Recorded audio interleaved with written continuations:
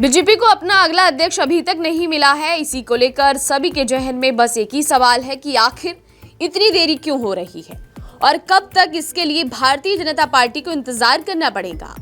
कहीं ऐसा तो नहीं है बीजेपी जिस नाम पर अपनी सहमति बना रही है, संघ उससे सहमत नहीं। आखिर कौन सा ऐसा समीकरण है जिसके चलते इतनी देरी हो रही है? ये कयास इसलिए लगाए जा रहे हैं क्योंकि हाल में बेंगलुरु में आयोजित आरएसएस की अखिल भारतीय प्रतिनिधि सभा की बैठक में जब संघ के प्रतिनिधियों से बीजेपी से जुड़े सवाल पूछे गए तो संघ के जवाब सतर्क और बीजेपी से एक सुरक्षित दूरी बनाए रखने वाले दिखाई दिए। ऐसी कौन सी वजह है कि इस साल अपनी स्थापना के 100 साल पूरे करने जा रहा संघ इस बैठक में औरंगजेब, मणिपुर, बांग्लादेश में हिंदुओं के हालात, भाषा विवाद और परसीमन जैसे मुद्दे पर तो खुलकर बोला। जैसे ही बीजेपी का जिक्र हुआ, सावधान और संयमित नजर आया। दरअसल अखिल भारतीय प्रतिनिधि सभा यानी एबीपीएस आरएसएस की सर्वोच्च फैसले लेने वाली संस्था है और हर साल एबीपीएस की सालाना बैठक में संघ की नीतियों और दृष्टिकोण की चर्चा होती है। इस बैठक के जरिए ही संघ अपनी सालाना रिपोर्ट भी जारी करता है।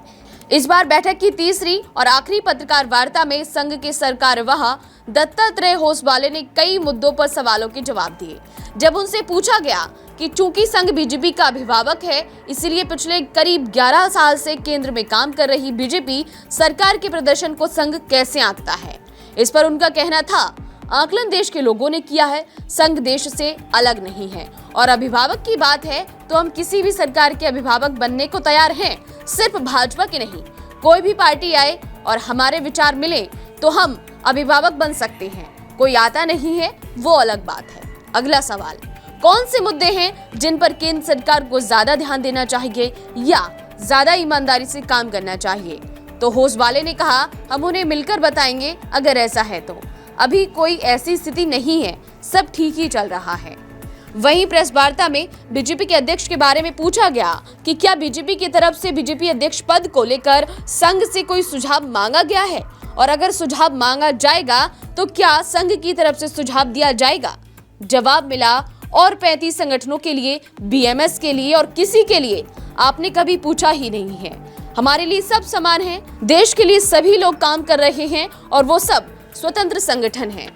वह संघ के स्वयं सेवक हैं, इसीलिए हमारा संबंध है। ऑर्गेनाइजेशन की कॉन्स्टिट्यूशनल चीजों को उनको करना है, वो करते हैं। हमसे पूछना चाहिए ऐसा हमारी अपेक्षा भी नहीं है और उनको क्या करना चाहिए, उनके टाइम टेबल के हिसाब से कब करना चाहिए, वो वहाँ के लोगों का काम है। हम उसमें हस्तक्षेप नहीं करते, वो अपना काम भी नहीं है, हम भी नहीं करते।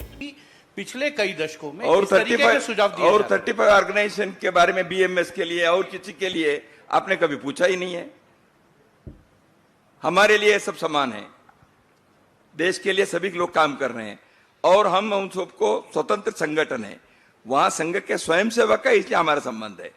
ऑर्गेनाइजेशन के कॉन्स्टिट्यूशनल चीजों को उनको करना है, वो करते हैं। हमसे पूछना चाहिए ऐसा हमारी अपेक्षा भी नहीं है और उनको क्या करना चाहिए, उनके टाइम टेबल के हिसाब से कब करना चाहिए, वो वहां के लोगों का काम है। वो हम उसमें हस्तक्षेप नहीं करते, वो अपना काम भी नहीं है।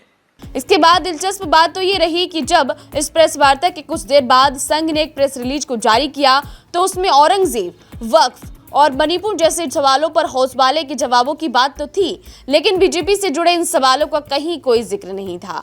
बता दें, जेपी नड्डा का बीजेपी अध्यक्ष के रूप में कार्यकाल जनवरी 2023 में खत्म हो गया था, लेकिन 2024 के लोकसभा चुनावों के मद्देनजर बीजेपी ने इसे जून 2024 तक के लिए बढ़ा दिया था।